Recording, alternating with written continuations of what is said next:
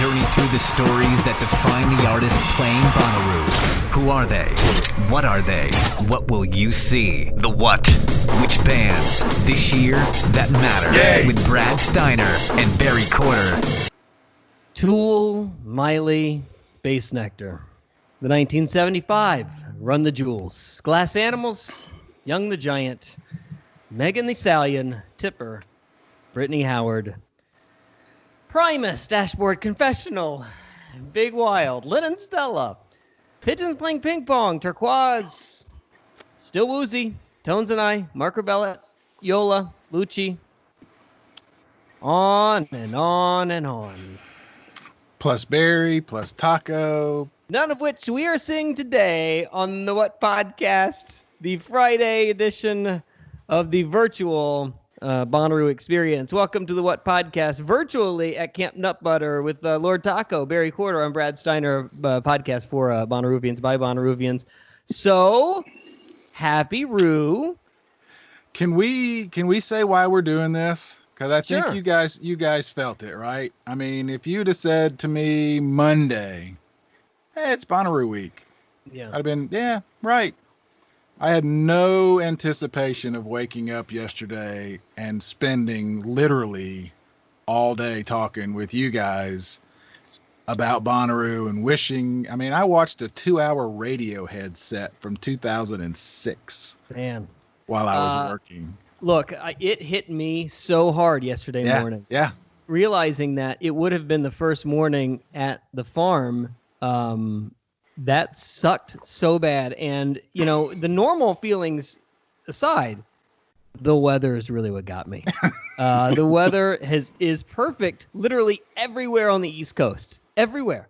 And to think that we would have been graced with not only the greatest festival day lineup we have ever seen, at least I have never ever seen, with maybe the greatest forecast that has ever been graced upon us at Bonnaroo. Yeah. It was too much for me to handle. It was too much. So basically we said, all right, let's do this. Let's make a virtual camp experience all this weekend as if we were sitting at camp anyway.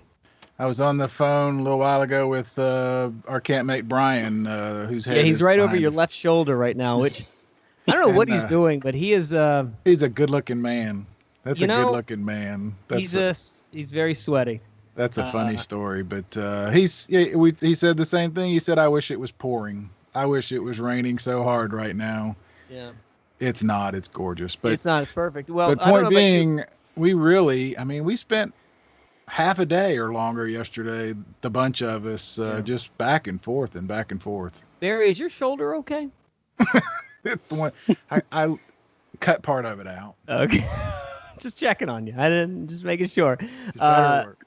By the way, I don't know if I know me and Taco are, but is Barry drinking this fine virtual campsite experience? Not yet. Yeah. I know that's stunning. Not yet. No, I have some more work to do. Yeah, I'm But I sitting. will. I'll I'm catch sitting up. here. Yeah, I'm sitting here in the bus, drinking a PBR, which is Just what like exactly I you would be doing at Bonnaroo, just All in right. my garage. All right, so let's go through it. This is it's Friday now, so we didn't do really a show yesterday, but let's go through what your Thursday would have been. You wake up, it would have been the first morning. We would have made some Bloody Marys. We would have started drinking really early, and then, you know, probably made our wander out around about noon when they opened up the grounds, and had our first spicy pie, maybe a cray musty, and saw a few bands that we've never heard of and didn't care about, and came back early for nap time, wouldn't we? Yeah, I'm just trying to pull up because I don't have the lineup in front of me. I don't remember who was tonight. Yeah, I've there got it is. this useless Who- piece of paper right here. Or who would have been last night. No, you're exactly right. We would have, golly. So we would have been up there Wednesday, set up, and then we would have awakened to We'd finished setting up camp Wednesday or Thursday morning because night would have come a little bit too early. We would have gotten dark and we wouldn't be able to finish setting up camp. Right about now is when everything would be set up and more people would be coming through. But on Thursday morning is a little difficult because not all of our camp is there. Right. There's probably only a third of us, and we don't have all of our gear yet. So we have a makeshift Camp Nutbutter camp. And what you're seeing over Barry's head right now is essentially makeshift Camp Yeah. Nutbutter. This is after Friday one night. morning. This is Friday morning. It's more like Thursday morning. That's a Thursday morning campsite. That picture's really old because that's pre-Bloody Mary bar. In fact, that's me right over your left shoulder in the tent trying to make a cocktail. Because our Bloody Mary bar hadn't come yet. And I was trying to make a Bloody Mary in that stupid tent that was not a Bloody Mary bar, which is unacceptable. And we don't have the picket fence is not up, and the wedding tools and all that stuff. Or the bus isn't even in that one, so that's pretty old. Yeah, it's very old. All right, so Thursday morning would have came and we would have gotten into the grounds. We would have made our way around. Was there anybody on Thursday that you were really, really excited to see? I was going to go for sure to Larkin Poe, the Regrets, and then just try to discover. Yeah. Thursday was also Briston Maroney. Briston, I just saw that one. Found on my dude Bonnaroo from left. Knoxville. Yeah. So those were for sure. Briston Maroney, podcast listener, mind you. Let's shout out to Briston Maroney. Hey, Briston. He does listen. Kid's got a good voice, man. He's great. dreamy. So put that on top, and you got the whole package. So and I said this on Twitter, but my rule for Thursday, and I know that you want to. It is the biggest mistake that you can make in all of Bonnaroo, going hard on Thursday. Whatever you do not go hard on Thursday. I beg of you. Now, you can make your own life decisions. You can do whatever you want. But word of advice from somebody who's done this 15 years deep, don't go hard on Thursday. And it would have been especially hard yesterday because it felt so good, and you don't think you're getting burned, you don't think you're dehydrating. And then now, today, I'm getting blown. I am getting blown out. I am going to be dulled out come Saturday morning, and I don't care. I don't care because this is going to be the day that I just don't give a damn. And it would have been started right about now. I mean, literally at this moment, we would be joined by random people at our campsite. By now, the rest of our camp would have come in. I have to run point for most of our camp. I have to go get them from outside and bring them in because we only have a certain amount of car camping passes. So I sort of have to run point on everybody getting in and out of the festival. Plus, I like to leave the grounds and do a couple things. There it is. I was going to... I run errands, guys. I'm the errand guy. That's right. You bring things in, but you do leave things when you go out, don't you? Yeah, I bring things in and I let some stuff go every time I leave the camp. So by the time we would have camp completely set up right now, it would be humming. Camp would be buzzing right now. We'd have all kinds of guests. And what we wanted to do this weekend was sort of recreate the campsite experience with so many of our friends popping in and popping out. We have oftentimes said Camp Nutbutter feels like the Merv Griffin show. If you remember the Merv Griffin show, it was basically just celebrity after celebrity is walking in off the side of the road, half drunk and sitting down on the couch and talking to Merv. That's sort of the way that we feel about Camp Nutbutter. You have no idea who's going to sit down. It might be Corey Feldman to, somebody we haven't seen in a year. So along the way this weekend, we're going to have some surprise guests.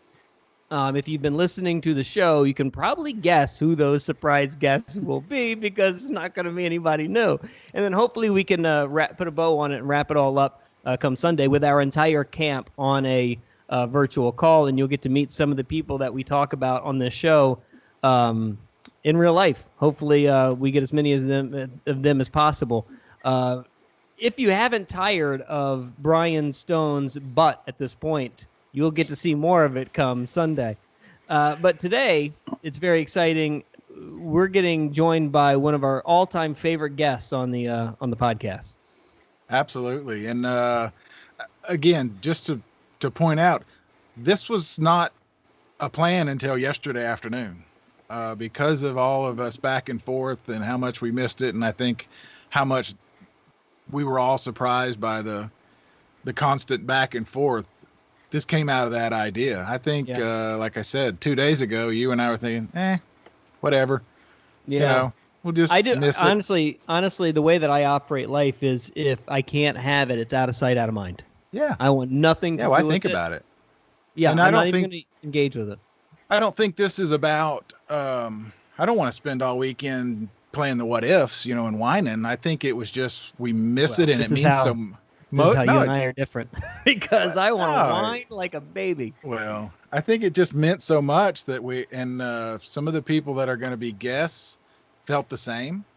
They kind of reached out and we reached back out and said, hey, we're going to do this. And it was right away. Yeah, let's do it. I think the trick is going to be, how do we make it all happen? There's so much to do. Yeah. Plus it's really pretty outside, but screw it. So, just before we get on, before we are joined miraculously by surprise by our first guest, what a setup. Taco, who else is doing things this weekend? I know, did I see Bonnaroo 365? First off, who is that person? And secondly, what is this event they're doing? Because they put together a tremendous live experience there, a virtual experience for Bonnaroo that I thought Bonnaroo would have done. Yeah, you're talking about Homeru, and it is Bonnaroo 365, and I don't know who it is. I almost met up with him at Exit 111, but it never happened. Oh yeah. So it looks like he's just gonna live stream some old concerts and stuff. Which where's he getting it? Just from YouTube? I don't know. Yeah, I assume so. But you're right. It's something Bonnaroo should have done. I'm not even going to talk about Bonnaroo's reaction in the last 24 hours, which it's nice to see them show up and say some things that were important, but I really do wish there was something going on right now. But the community is sort of making that work. Yeah. There is. This is it. And then Rubus did something, right? Did Rubus do something? Well, no, but the virtual beer exchange was last night, I think. Oh, was it? Yeah, I missed it. Speaking of the beer exchange, that would have been today, right? Don't they do that on Friday? Didn't we do that on Friday last year with them? So. There's no way I would have made it this year. Not a chance. Just to get ready for tonight? Yeah, there's no way. I mean, you got to understand, like, if you really look at the lineup for today, the first artist that I'd want to see is Yola, and I'm betting that she goes on in about an hour and a half. I bet she's one of those early 3 o'clock slots, don't you think? I want to say the beer exchange started around 10:30 or 11, didn't it? I mean, we might have made it. Did it really? Was it that it was early. Oh, yeah. Oh, my God, I would be shit wrecked. Oh, my God. The beer exchange started 3 hours ago. So I'm going to assume we're not even going to talk about tomorrow because that's recovery day. Tomorrow. No, we're talking tomorrow. There is no day after today. There is no time and place. That's what I thought. Yeah, there's no time and place other than the present, Barry. Haven't you understood that? Your back is going to be broken by the end of the today. I would have started with Yola today, and then if the beer exchange was happening earlier, we could have totally made that work. That would have been totally okay. Yeah, I want to say it was early. I hate that I missed it last night. I want to say, I want to say it was early. It was because I think they wanted to get out too. What did they do yesterday for the beer exchange? I don't know. I think actually I read somewhere that their like Zoom room crashed or something. So I think it ended kind of early. They might try to redo it. Okay. Hey, I'm all in. I'll give that a try. Anything else going on in the community that is of note? Well, the Rubuses, they got stuff all weekend. You said maybe not last night. We're not supposed to talk about that. Oh, okay. Well, they're doing it. I mean, we don't have to give details, but they have some stuff planned, which is cool. Okay. I think, as I said the other day, those guys... is this going to be one of those secret Cage the Elephant sets that everybody talks about? Because I don't know anything that's happening right now. Instead of Cage the Elephant, it's Cage the Taco. Okay. Hey. Oh, my goodness. Look who just popped into our house, our camp. Welcome to Camp Nutbutter, Jim. Thank you very much. I hope you can hear me. Yeah, we can hear you. Okay, good. This is be still my beating heart, because if we can't have Bonnaroo, we're going to damn sure make it. How are you, buddy? I'm doing well, thanks. I just so wish that I was, making my way over to the, my first meal of the day, leaving the hotel after, shaking the cobwebs off. I always love going down on Thursday, regardless what the lineup may be, because there's just something about getting settled, finding out exactly where Camp Nutbutter is, kind of Yes. your settings about you, and then start to begin the whole celebration. So Burruss had Springsteen a couple years ago, but first he had to find out where Camp Nutbutter was. That's right. Forget about where Bruce is, but he had to find out where the C&B was first. I certainly did. How many years of Bonnaroo have you done? I know we're double digit. I think 10 or 11, maybe something like that now. Jesus. Yeah. And how many years do you actually get to do Thursdays? Because I mean, it's not like you're a very free man. You got stuff to do. If I don't make it, I always make it down there. Let me put it to you this way: I always make it to Tennessee on Thursday. Okay. 9 out of 10 times I'll make it to this, to Manchester, and I'd say of that, 7 out of 10 times I make it over, to the to the site. Sometimes we have artists that are working, on the back end of it, trying to do the initial setups of the super jam, or I get stuck on a conference call, or somewhere. I mean, I've actually been on site and never made it within the confines of the No kidding. Yeah, outside of like the artist compounds and stuff. Just depends on how much we're working on what we got to get done, and how many artists I have there. Yeah, and I don't know if you even bothered looking at the lineup this year, because did you? I did. Anybody on Thursday? Anybody you were going to see yesterday? No, just you guys. Thanks, buddy. Thank Yeah. you. And I say that because my Thursday, I already knew right off the bat what was going to happen when I got there, because I was going to have to come into Nashville, finally get down to Manchester, check in. By the time I got off, the number of calls, it would have been about 8 o'clock. So I just figured by that point in time. And of course, I say that, and then I go out on site and I find some band I've never heard of, or somebody I didn't realize it was there, and fall in love with them. So yeah, weirdly enough, Barry, Jim and I have much different jobs. He has things to do. I have nothing to do. I'm just gonna sit here and drink, I guess. And then I don't. We haven't talked in a while, but this Friday was literally too good to be true. If look, you do this for a living. You are in this industry. You craft this industry. I don't know if I have ever seen a festival lineup that was as good as Friday front to back. Yeah, no. In fact, the funny thing about that, and that's a good observation, because no matter who you were, who you wanted to see, you were going to have conflicts on trying to get around the site to figure it all out. And we always kind of end up here, but when you have massive, that bewitching hour between like 7 and midnight, when all of a sudden you don't know what to do, because sometimes it's fine to go here or try to go there, but I think Tool was one of the, if I recall, I don't have anything in front of me, but one of the Friday night ones. Guaranteed we would all found our way there. But really, that would definitely step on other things as well. So, See, me and Barry have talked about this. That Tool slot was the slot that I could see all of us just hanging out at camp for a while. Yeah. And gassing back up. Well, you certainly could do that. I just think, one of the things that you find is, look, you guys know that I hang out with a very broad brushstroke of people. But interestingly enough, and you kind of get into that. Look, what was that? We all ended up at like 4 a.m. at the Kaleidoscope. I'm waiting. I was gonna bring that up. Your dance moves are smooth, Jim. Thank you. I'll go ahead and do it now. I mean, Brad's in radio. I'm in newspaper. Jim, label from that angle. But what I love is we're all fans, and proof of that was last year. I mean, you hung out with us. I don't think you intended to stay as long as you did.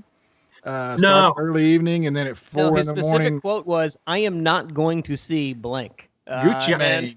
It was Gucci Mane at 2 in the morning, and then we went to the what was it? The Calliope. Calliope. The Calliope stage and watched the Flames. Yeah, it was a great night. One of my favorite memories of all. It really was.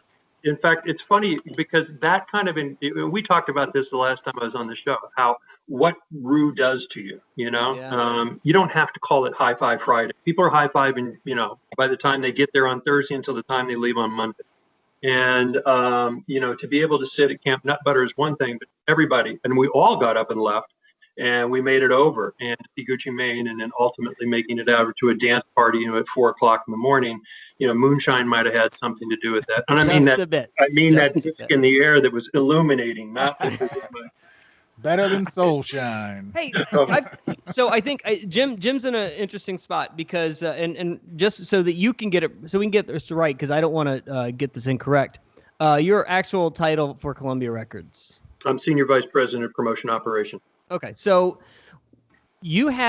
I've thought about you specifically a lot and your label a lot because, and I'll get to where I'm going with this here in a second, but with everything that's going on in the world and everything that, especially with COVID, it's wiped out an entire year for, say, an artist to capitalize on a moment that has been crafted for them to take advantage of. You guys spend month after month, maybe a year planning when to strike and how to maximize a certain moment and what that then can turn into a career. I think of specifically when COVID hits and those moments are now missed for an entire year. They miss the big stages. They miss the moments afterwards. They miss the opportunities that arise from these things. I think of Lynn and Stella a lot. Because there was that's an artist you guys spent so much time crafting, and this was going to be the year that you guys put her in the forefront. And now COVID has hit, and that's got to be heartbreaking for her. And how do you guys adjust, fix it, figure it out, move forward? What's the plan now? Yeah, it's a good question, and something that we've all had to deal with in our own ways, especially work from home, shelter at home, and certain things that we have have been stripped away for the obvious reason. I don't mean that like it's negative because we all enjoy live music. It's obviously difficult because it is part of our marketing strategy. With Lennon, specifically, we've had incredible opportunity, especially last year in the summer, to introduce her, to the live stage. And I'm not saying she hasn't done that before, but as you well know, she was on the TV show Nashville with her sister. She started her foundation there. She obviously can sing, as can her sister. And we put her out after we did a song with the Chainsmokers, and she was on a huge stage at Lollapalooza.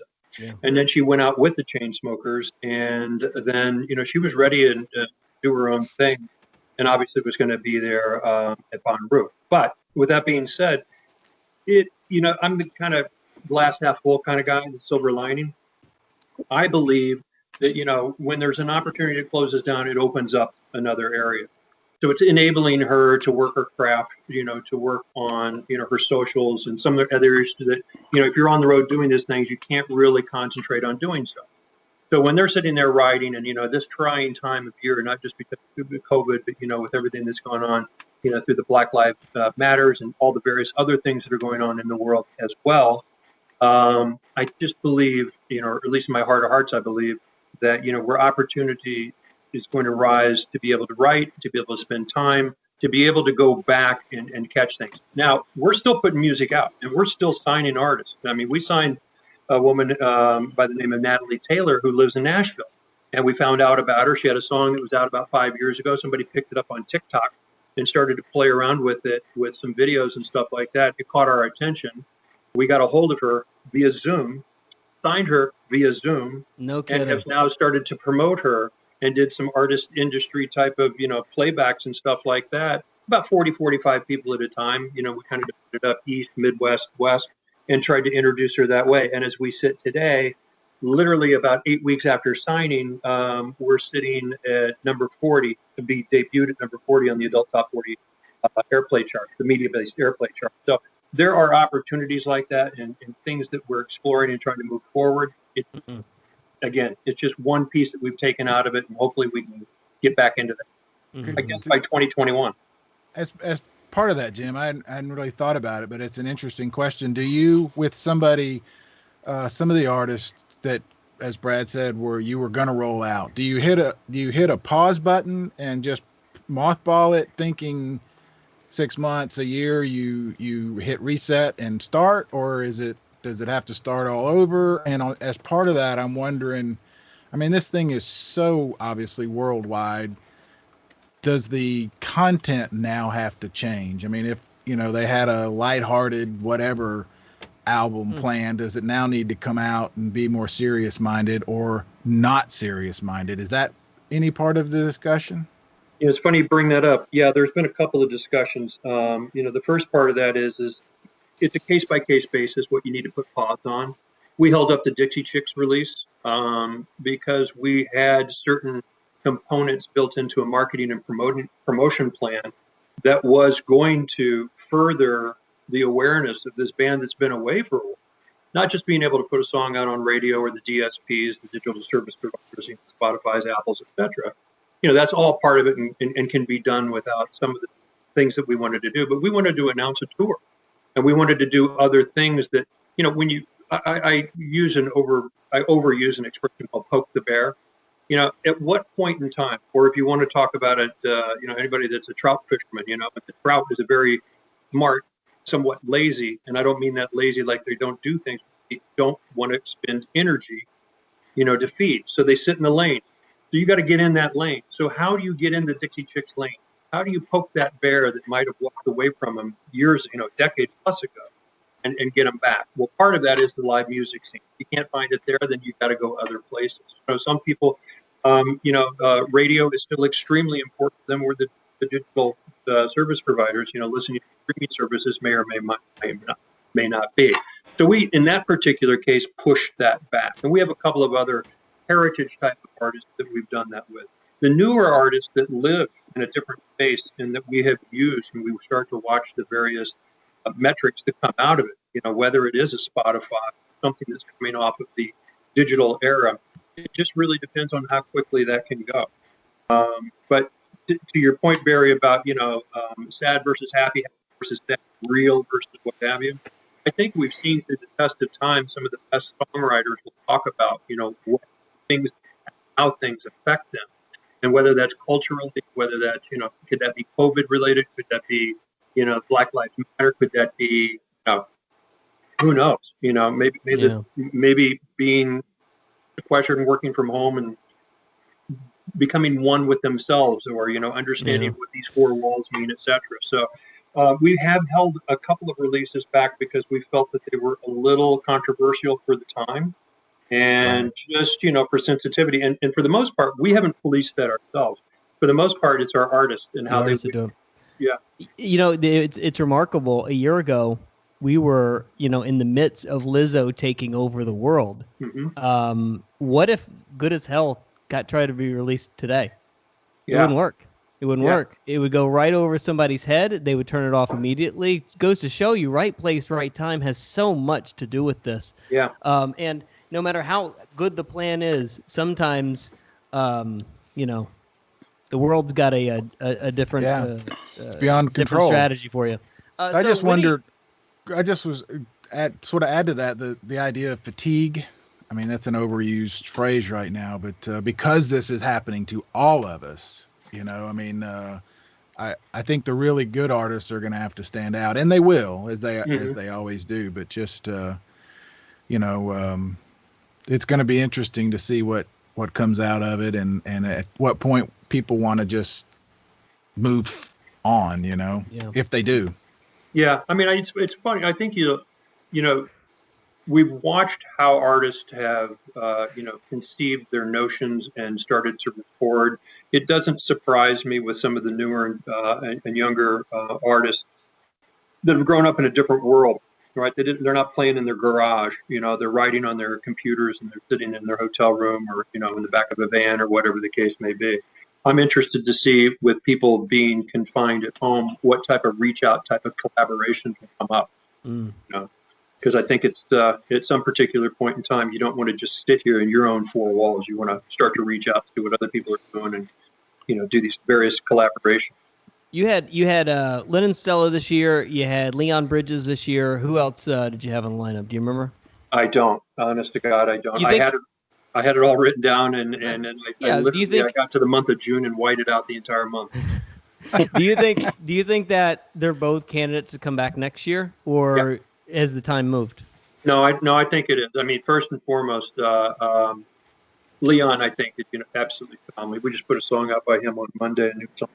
Lennon, I think, she lives there. It's one of the things that she's always loved. If she hasn't performed Bonnaroo, she comes and visits, and and hangs out there. I've worked with Leon there before. It's a great place for him to be. He loves being there. There is something about his sound that just fits the farm so well. It was a great set, man. It was a great set. If you he's one of these guys that it doesn't even matter if you know him or know any of his songs. He just fits the time and place so perfectly. It's a totally natural fit. I think it's because he just gives so much, and you feel that. That's what he's a true artist, and like you said, he gives, all the way up. In fact, when you were talking about, when you mentioned him, it reminded me it was hot, it was sweltering there, and we did it, and he did I don't know what it was, but it was a shoot where they had a bunch of different clothes and stuff.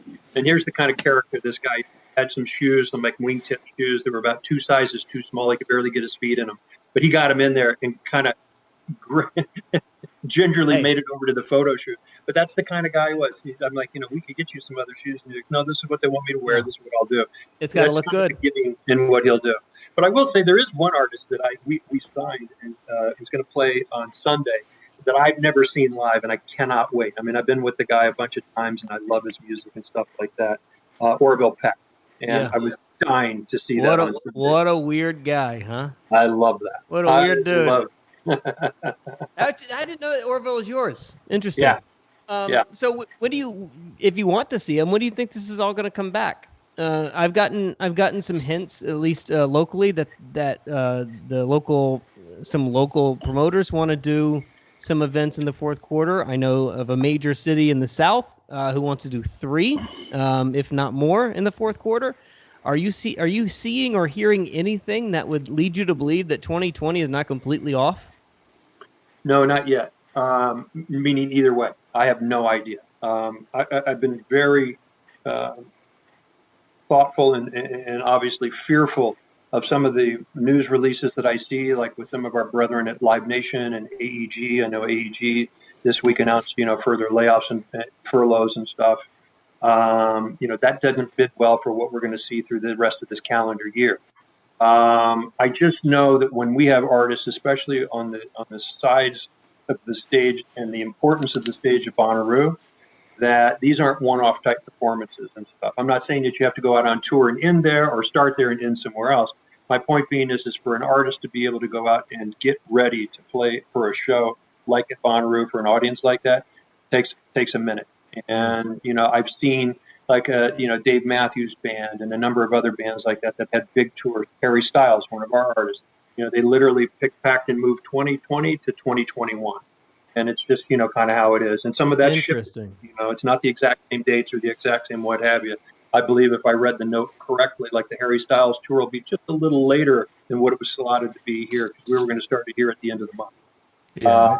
But by the way, congrats on the Harry Styles thing. I mean, that's a smash, and I know it's going to go over the heads of some people that listen to this show, but Harry Styles is the real deal, and his songs are nothing but candy, and they're good.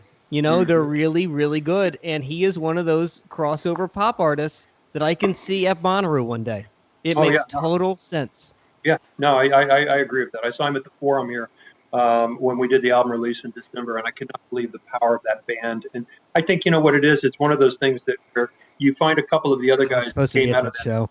Boy band, that boy band kind of look. Everybody goes into the pop world, and he completely didn't do that. No, I mean he's like a little Mick Jagger out there.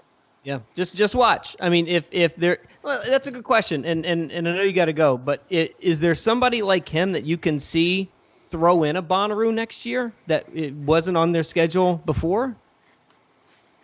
I'd have to think about that. I'm sure there will be. I mean, I think that's one of the greatest, blessings out there. I mean, it also depends. I mean, it's so funny. Like Sturgill Simpson, great example. He just did I think it's called Shug's TV the other night, Noogs TV or whatever. He said if he got X amount of likes on his Instagram, he wasn't very active. And I'm saying this, I'm a fan. We don't represent him or anything. And he got X amount, and he decided to do a concert. And so he did it at the Ryman with nobody there, and he went and got Yeah. with his favorite bluegrass folks and did it. And you're like, we know Sturgill. Well, okay, Yeah. I won't quote the T-shirt, but the reality of it is that he's a country artist. He just did the bluegrass. But when we saw him at Bonnaroo, Oh my God. he walked out there. He was the hardest rocking. That was a rock band. I mean, that was crazy. And one of the best out of the last decade. That's one of the top 5 performances I've seen. I loved every minute of it because it was 3 guys on stage and the lights were just white and didn't change. That's all you got. And it was Sturgill. Nothing. That was a Sturgill. statement. It was Sturgill throwing down a statement saying, "Good luck trying to beat this. Good luck." Yeah, because and I think later the next day was Muse, right? Which was not to say anything. It was just that the differences. Totally different. And it was very on purpose, very intentional. I think Jim was there. It reminded me of the year that Arcade Fire was on stage and put out this massive amount of sound with 11 people, and the next night the Black Keys were on stage with 2 people. It's remarkable how different it can be, and still be great either way. I wasn't a fan of the Muse show. That just was a big snooze fest to me. I equated a lot to Matchbox 20, where it sounds exactly the same on the record as it does live. It's never going to be different. It was impressive. It was impressive only because there were so many moving parts and they made it sound terrific. But when it was over, I looked at our campmates and said, I couldn't hum you a single minute or single second of what I just heard. Well, Jim, let me ask real quick before you go, and it's another I don't know, I'm guessing kind of question, but we've speculated on here for so much. What do you think 2021 might even look like? Is it going to be completely different than what we know, or do you think it's just a smaller version and we start working our way out? Well, somebody sent me an article, a couple of months ago or so, referring to the period of time we're in as the Great Pause. And I don't. While I agree with that, I mean, I really think that there have been, a lot of soul searching that's gone on, a lot of, interest. It's funny. I harken back to what happens as a New Year's resolution. I think that we're all sitting here trying to think and how we're going to be better people, do a better job, how we're going to change this. I mean, I've already threatened that I won't go into my office 5 days a week ever. I do work in New York City. Don't live in New York City. But why is that? And it's not because I'm afraid of COVID or public transportation or anything like that. It's that I can get so much done here. And there's a lot that I can get done there. And I'm one that thinks that, I've got an open door policy. I'm out and I'm doing things. The things that I'm out doing, I will always do. I'll just be more mindful of what that may be and how I can do it. So I like the idea of what the pause is. I also don't like the idea of thinking that, we've now, and a year from when this all started to go down, February, March, we just pick it up from there. I do believe we'll pick it up. I do believe, that we're resilient. I do believe that we will come up with ways. And, look, I'd like for this just to be a blip in history. We have an antibiotic. Nobody has to worry about any of the problems that we've had with social.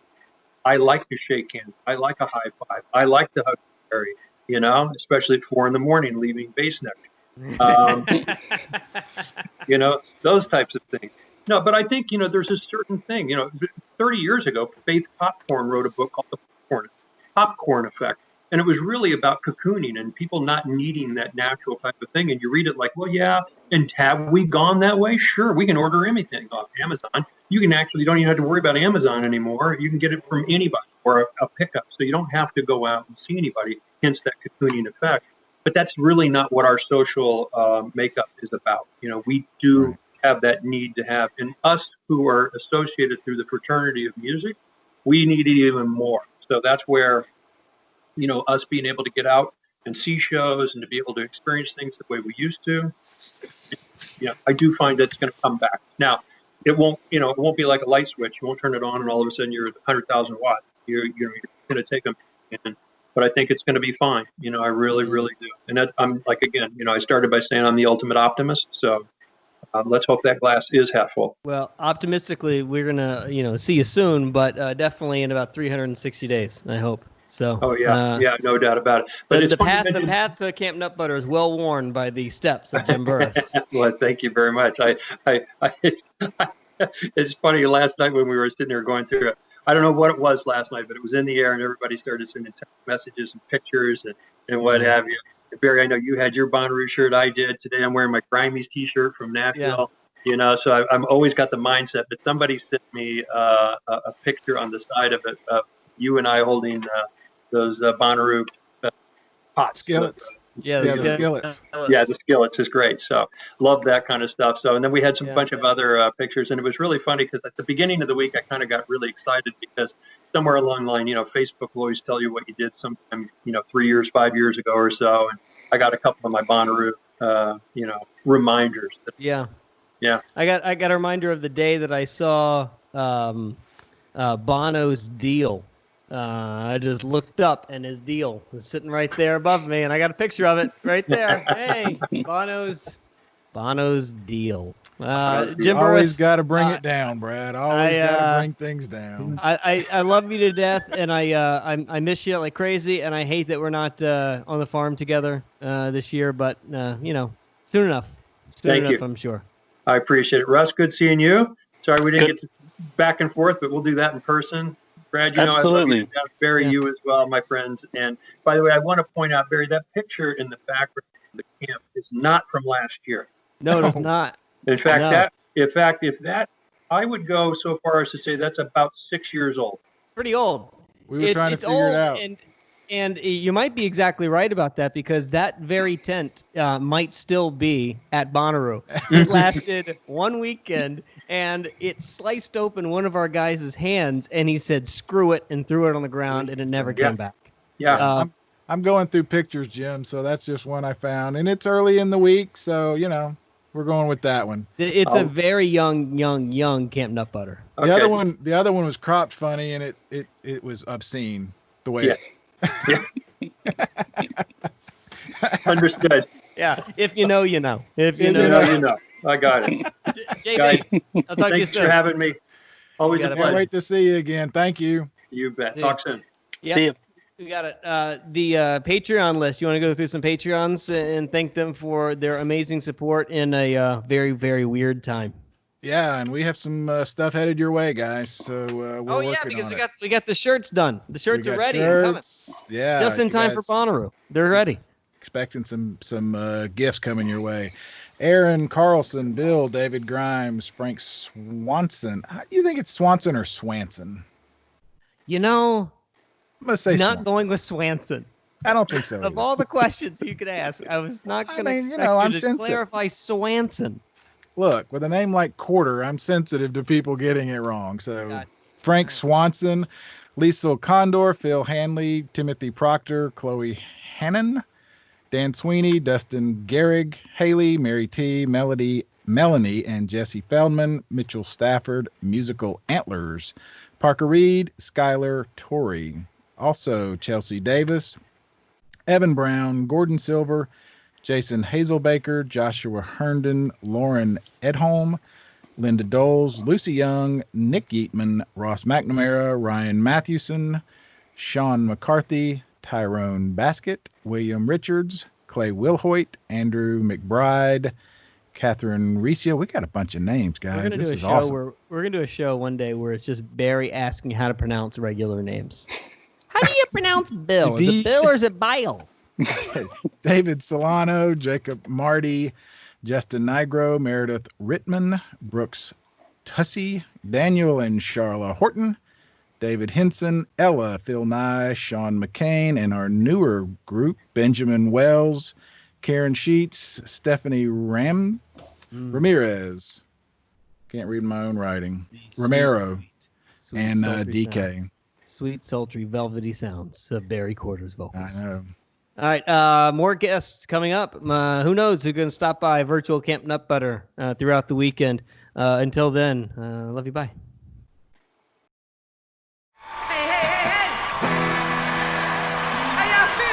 Journey through the stories that define the artist playing Bonnaroo. Who are they? What are they? What will you see? The what? Which bands this year that matter? With Brad Steiner and Barry Corder.